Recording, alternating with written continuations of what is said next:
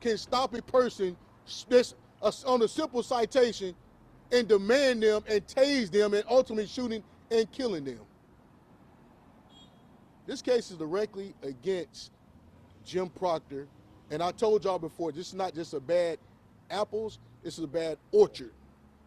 This is a bad orchard. And today, we are bringing accountability to the apple and the orchard. To the apple and the orchard. Make no mistake about it. I've echoed it over and over again. We're in Brunswick for work. Faith without works is dead. This is work. It's time to get work. It's not just about Leonard. It's about everybody who drives through Camden County on the way to Florida to see their mama. And they're sure that they make it there alive. Because if this was a criminal case, Jim Proctor should be charged with party to the crime because he's responsible, just as much Buck Aldridge is responsible. With that being said, I'm going to bring up the president of the NAACP, Tim Bassett Sr. I'm going to bring up Leonard's mom and his siblings who want to speak. Then we'll do Q&A. Let me just say this. We're here again standing with the Cure family.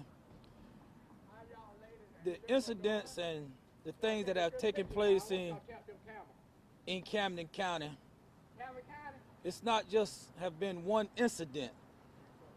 There are several incidents that we know of that has happened under this current administration that involve correctional officers, that involve deputies, patrol officers. As you go back in 2003, officer by the name of Chad Palmer showed the kind of things that this sheriff allows to happen within the department.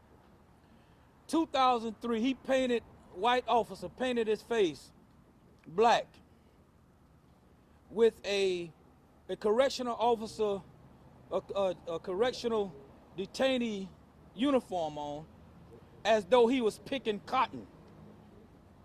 Can you imagine that in 2003, a correctional officer in Camden County dressed as an inmate as though he's picking cotton?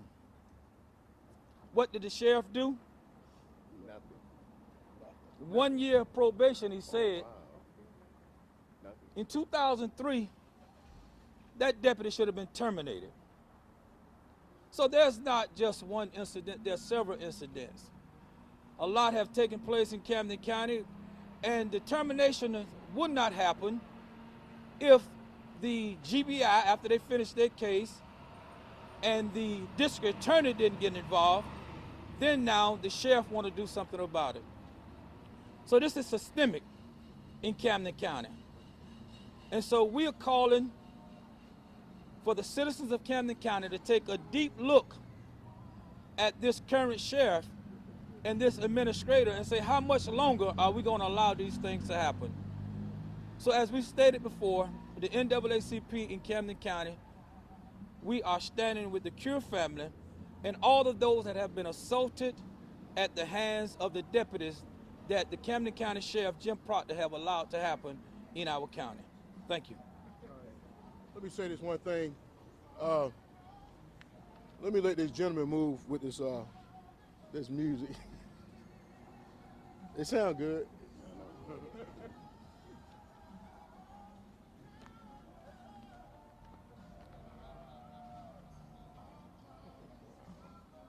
But if he want to be nosy, just turn the music down and listen. How about that? Yes, you can do that. Let me say this. I'll be remiss. Mr. Tim Bassett Sr. has done a phenomenal job. One of the best NAACP presidents, local chapter that I've seen, who's very concerned about citizens. And we're not talking about this black folk, people of color. We're talking about white people alike. And he has been amazing. And a lot of these cases have been brought to the attention of the GBI directly on this man's work to bring an accountability to Camden County Sheriff Office. So I would be remiss if I didn't say that. We had all these cases in this complaint started with him. People complaining to him, and he going to the jail to see about him. In fact, the Jared Hobbs case, he went to the jail and talked to the sheriff, and the sheriff said, what did he tell you? It didn't happen. It didn't happen, went aware of it. and they charged Jared Hobbs with a crime. And but for the United States attorneys in North Carolina asking for the video, we'd never known what happened to Jared Hobbs. Today, Jared Hobbs is no longer in the Camden County Jail. All charges have been dismissed, and the deputies and detention officers who beat him has been indicted. Think about that. They've been indicted. But if Mr. Bessie never went or gone to the Camden Sheriff's Office, that video never came out, it'd have been swept away. You can think how many more that we don't know about. There's a whole lot more than these 6. There's a whole lot more. Ms. Cure, you want to come up and speak? Yes, just a few words. She want to come up and speak. This is Linda's Cure, mother Mary Cure. Hi, my name is Mary Cure. There are a couple of things I'd like to say. First of all, it's a terrible day when the citizens have to police the police. That's a terrible day because they should take their jobs seriously. And when they want to use excess force, you have other parts of the body you can shoot. You don't have to always kill somebody. 2 things that bother me after Lenny's death is the compensation that the state made. I had to bury him with that. You know how painful that is? He never got to spend anything. Bought a house, he was never ever to live in it. And the hell of trying to close out his estate and being questioned by the officials in Georgia has been daunting. Really daunting. I've given them the death certificate in certain places. They asked me, is that real? Are you kidding me? It's crazy that it has gotten that far. So I want to know definitely somehow that this guy who killed my son is not working. I've always been slightly suspicious of this, that he should have been on administrative leave. I do not believe he's on administrative leave. He shouldn't be working anywhere. He should not. Thank you. Thank you, Ms. Cure. You want to come up? You want to speak?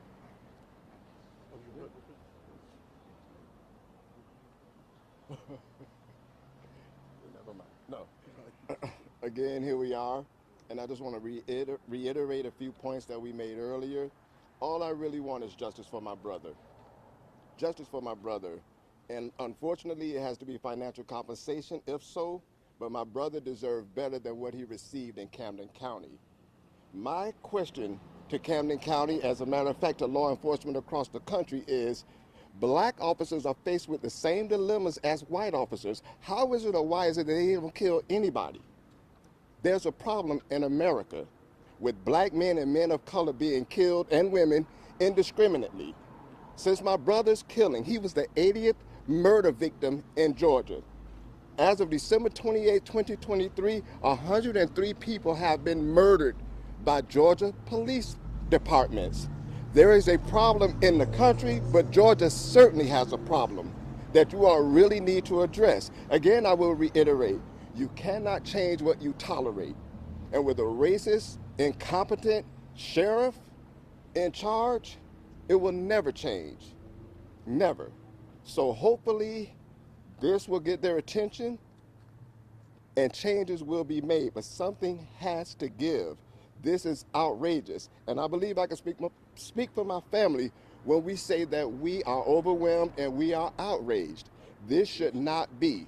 My brother did 17 years for a crime he did not commit. He did not commit. He was 100% exonerated. He was innocent. Only to be out 3 years and have an encounter with this racist, incompetent officer who took his life unnecessarily. Where's the justice? Where is it? This has to stop.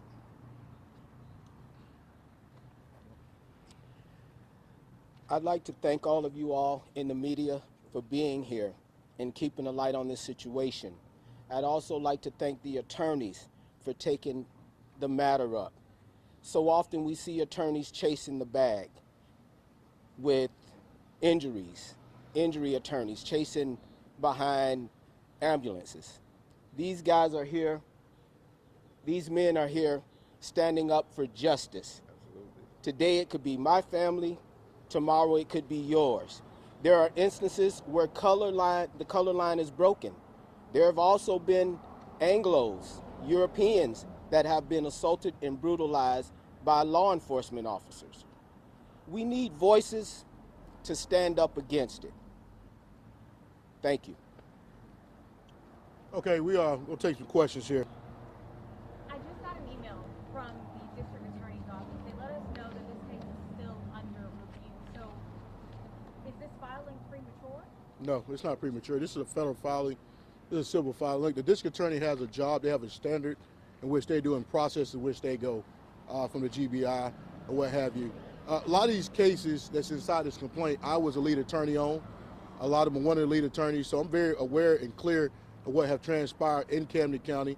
I'm no stranger to Camden County whatsoever, so I know exactly, the timing is now, and hopefully, in considering this federal lawsuit and looking at the things that transpired, that the district attorney take a deeper, closer look at the case. But here's the thing, we're not here to wait what the district attorney do. The video came out in October 16, 2023. Buck Ulrich has been beating people since almost a decade. And the sheriff been covering up and not doing anything for years. So we don't need to wait for a district attorney before we move forward. We are also going to appeal to the Department of Justice. So Brunswick Judicial Circuit or the Department of Justice in Washington, D.C. This is a matter that we take very seriously. So to answer your question, no, it's not premature. It's right on time. All right. When you look at that video, obviously it's hard to watch to begin with. A lot of people, especially commenters, they've taken out the chase and they say, why did Leonard react the way he did? Is that justification enough? Well, I don't really, and I understand people, you have polarizing comments. We got a case up in Minnesota. We saw a case in Minnesota where you think that George Floyd had his knee on Derek Chauvin's neck for 8 minutes and 46 seconds. Absolutely. So we're aware those people make those comments. We block those noise. The bottom line is this: when the experts and the analysis look at that video, as well as the lawyers look at that video, the person who escalated and the person who used force, unnecessary, unlawful, excessive force in that video to start with is Buck Ulrich. At the time, now Leonard might have been saying he wasn't going to do stuff, but everything he told Leonard to do, he did it. He complied. He might have said, well, I don't want to do it. He said, put your hands on the truck. He did it. He did it. He told, turn around. He did it. He said, put your hands behind your back. Well, for to put your hand behind your back, you got to take your hands off the truck.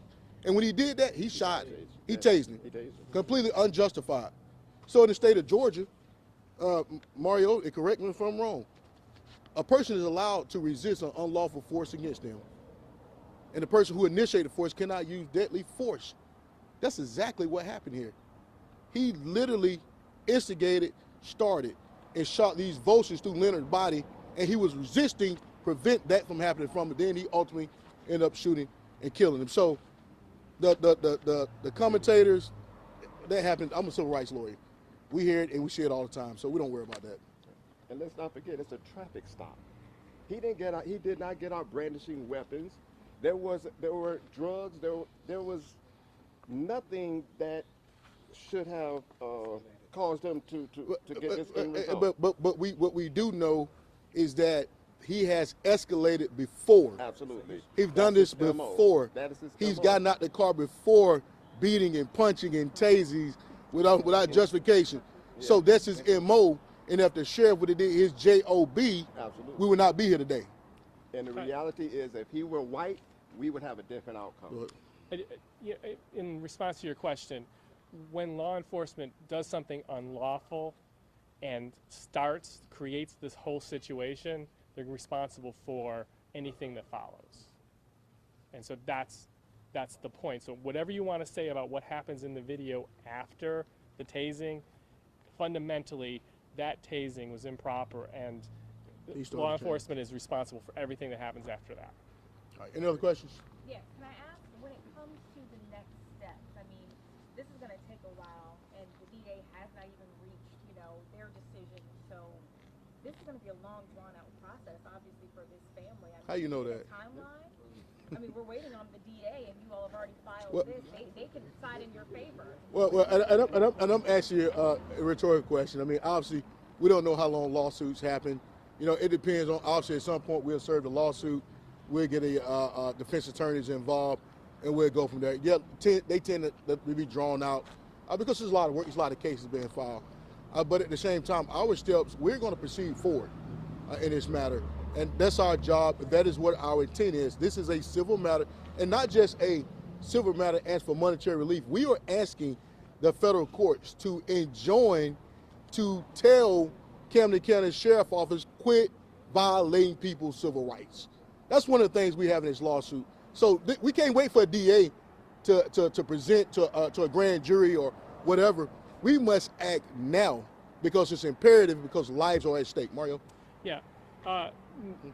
The criminal process is going to happen however long it takes. We don't know how long that's going to take, but we don't have the luxury of waiting like the district attorney who can wait Ever. 3-4 Christmases before he decides to indict a case. We don't have that luxury. We have a 2-year statute of limitations, so we have to bring it. This court, the Southern District of Georgia, has got a very fast docket. So we may get ahead of the district attorney's office, and that's okay. The only way it'll get slowed down is if Mr. Aldridge decides that he wants to assert his Fifth Amendment privilege and stop this and stay this case while the criminal process is going on. So if it gets slowed down, it's going to be slowed down based on what the defendants ask, not based on what we're doing. I remember we have two defendants, so we missed. And to add on that, we have two defendants, the sheriff and Aldridge. So even if he asked for a state, we have another case against the sheriff. And you got to always look at these complaints, different parties, different claims. It's almost like two lawsuits into one. Any other questions? I have one for the family. Obviously, this is a horrendous thing anyone would have to go through. What would the future look like that you guys could find some peace? Chance, what the future look like? Unfortunately for me and my family, there is no peace to be had. My son was terrified of the police ever since he was exonerated. 17 years, and it was not pleasure. I went to see him every weekend to try to give him courage and let him know I would be there, and one day he would come home. So when he came home, I was frightened. Every time he left the house to go to work, wherever he was, I was calling forever, trying to figure out where he was. But he told me, he said, Mom, I'm not going back to jail. I'm not going to put myself in a position where I have to go back to jail because I don't think that I can do it. I don't. So I have not seen the video. I don't want to see it, but I know my son. My son would have been compliant. He would have been compliant. He would have followed the rules. He did it for 17 years. So you're going to tell me in a couple of hours he wouldn't? That's crazy to think that. But I don't care what he did. He took my son's life, and somebody needs to pay for that. Somebody needs to pay. Money doesn't mean a damn thing to me. Give me my son back. Mm-hmm. Give me my son back. I did those 17 years with him. When they killed my child, I died with him. Damn, how many times are you going to kill me? 3 times. He's in jail for something he didn't do. He gets out. He's afraid to go anywhere. And he's all legal. He has license and every damn thing it takes for you to travel around in this country. But one thing he had that was a deterrent for him to receive proper care. He was black. He was black. And when he'd been stopped before and they said, oh, you're cured, you were in jail. Not, he's exonerated. What the hell are you stopping him for? Why are you asking these questions? It was in every paper and on the news that he was exonerated. I fought to get that put up front. I fought like hell all those years in law books, reading, writing, searching down cases. I did. Paid 3 lawyers and got nowhere. The court, the 4th district even told me, you filed too many motions. You can't continue to do that. At what point do I stop being a mother? When do I stop fighting? Why wouldn't I stop to file a motion? They're not accepting Leonard's motion, but damn it, you're going to accept mine. You're going to accept, I'm going to write it, and you are going to accept it. Yes, ma'am. So I did the writ of habeas, and I gave it to the lawyer that we hired. He had the case for about 6 months, and every time he turned around, he wanted money. We gave him $20,000 first. This is now the 2nd lawyer. And so Leonard wanted to take a polygraph. We did that. But when the polygrapher got there, Leonard told him that, listen, I'm uncomfortable because there's an officer in the room with me. No officer should be in the room with me while I'm talking to you. But the polygrapher went ahead and gave it to him. So when he got back, he called me and said, your son is a liar. Your son is a liar. He never passed the test. I said, we did that because we was going for You good? You good? An innocent, you know. And so, with the situation happening in jail like that, with the officer in there, it just didn't go well. So after that, like I said, I did the writ of habeas, and I gave the lawyer who was handling Genova, I gave him a copy of it. He took credit for writing it. He didn't write a damn thing. I did. I did. So I don't know where we go from here. But as far as having peace, I'll never have it. My son is on my mind all day, every day. I will see his face until I die. And it's so strong, I'll probably remember no matter if I'm cremated or fucking buried. You know? I'm hurt and I'm... No, don't do it. I got it. I know it. Okay, all right, you better grab me. I'm about to take flight here. I'm about to take flight. Or sent to prison. That's what Exactly. All right. Fired, at the very minimum, fired. And we've already asked for that. And never ever rehired by law enforcement. He should not have a right to wear that title. He should be incarcerated. That's where he belongs because he is the criminal, not my brother. All right, let me say this. We're going to end the press conference. What Mr. Security has said, you know, you got to realize that this family had fought for Leonard, and he just wasn't exonerated on some technicality or not guilty because the state couldn't prove their verdict. He was exonerated because he was innocent. 100%. He was at an ATM machine miles away at the time when this alleged robbery took place at Walgreens. But for the retention of the store or whatever, he would have been found innocent, not guilty, case dismissed. But she continued to fight for him, and she's going to continue, this family going to continue to fight for him in life and in death. We are proud to represent this family and to move forward. So with that being said, you have any other questions? You got one more? Anybody other questions? Thank you guys for coming, and we'll keep you updated. Thank you. Appreciate it. Thank you. All right. Yes, sir. Sorry, I'm with the local newspaper here. I just wanted to get names. I didn't catch everything.